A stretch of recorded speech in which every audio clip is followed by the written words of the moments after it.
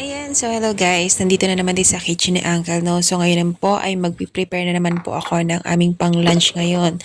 So normally noodles na naman po ang aming tanghalian ngayon dito kasi nandito po si Uncle. So ito po yung aking mga sangkap. So gagamitin ko po siya ng mushroom ngayon. So yung mushroom po natin is binabad ko siya sa mainit na tubig kasi ito po ay matigas. So kailangan po natin siyang ibabad ulit sa mainit na tubig para mabilis siyang lumambot at madali po siyang kainin, hindi siya makunat kainin. So ito na nga po, inumpisan ko na nga po yung paggagayat ng ating mga sangkap para sa aking noodles, no? So ang aking lulutuin is mushroom, pork, quick yaw noodles. So ito po ay sariling version ko na naman po. So ngayon pa lang din po ako makakakain nito. Ngayon pa lang din po makakapagluto nito. So para-paraan ko po dito kung paano ko po talaga siya lulutuin nang naaayon po sa aking panlasa. So ayun nga guys, no, sa mga hindi po nakakaalam sa ating mushroom. So yung pinakahawakan po niya, tanggalin niyo po yun kasi matigas po yun. Huwag niyo pong isama sa pagluluto yun.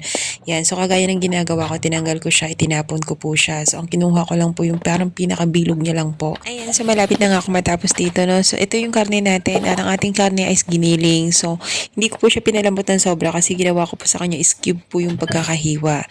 So ayan na nga guys, tapos na nga tayo. So ito na nga po yung mga preparation ng ating sangkap ng ating lulutuin ngayon. So habang ako po ay nagpe-prepare ng ganyan is nagpakulo na rin po ako ng tubig.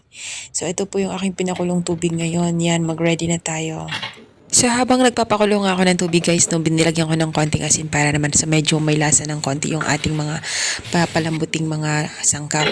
So inisa-isa ko po siya, isa-isahin po natin kasi hindi po siya pare-parehas kung gaano po katagal mapapalambot yung ating mga rekado. So inuna ko po yung carrots, sumunod yung ating kalabasa. Kasi yung kalabasa po natin hindi naman po kasi talaga as in matagal kailangang palambutin yan kasi maliliit siya at malambot naman din po. So guys, inuna ko nga tong purple cabbage natin, no. Ang purpose ko dito para yung sabaw niya is magkulay violet para pagka nilagay natin yung noodles mamaya is mag-color violet yung ating noodles. So tapos na nga yung ating purple cabbage. Ayan na po yung kulay ng sabaw, nag-color violet siya, 'di ba? So tsaka ko po nilagay yung noodles. So yung noodles po natin is 10 minutes po yung maximum po nating pagpapakulo po ng ating noodles. So nakatodo po yung aking kalan po dyan. Yung init po ng kalan. So 10 minutes lang po yan huwag po kayo susobra kasi medyo pangit pagkalabsak po yung ating noodles. So ayan na nga po. So ngayon naman po ay ang ating giniling. So yung giniling po natin is para mag-cubes-cubes po talaga siya. Hindi siya maghiwa-hiwalay. Ang ginawa ko, pinakuluan ko rin siya sa tubig.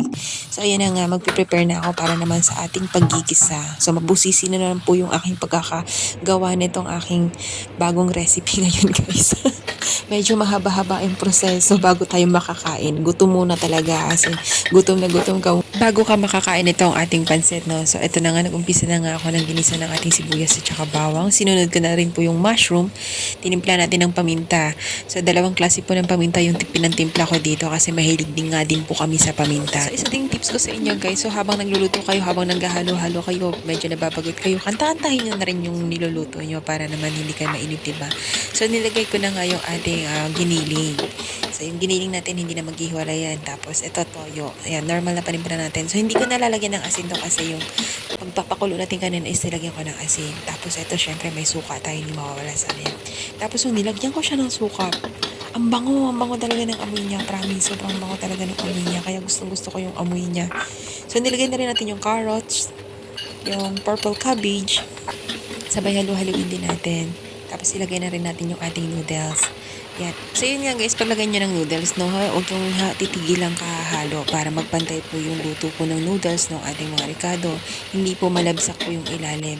So ito na nga po, patapos na tayong magluto. Inlagay ko na yung ating kalabasa. Pinakalas na yung kalabasa kasi mabilis lang siya lumambot. Ayan, so ready na nga po yung ating pansit, no. Sana nag-enjoy kayo. Thank you for watching. I love you all. Mwah!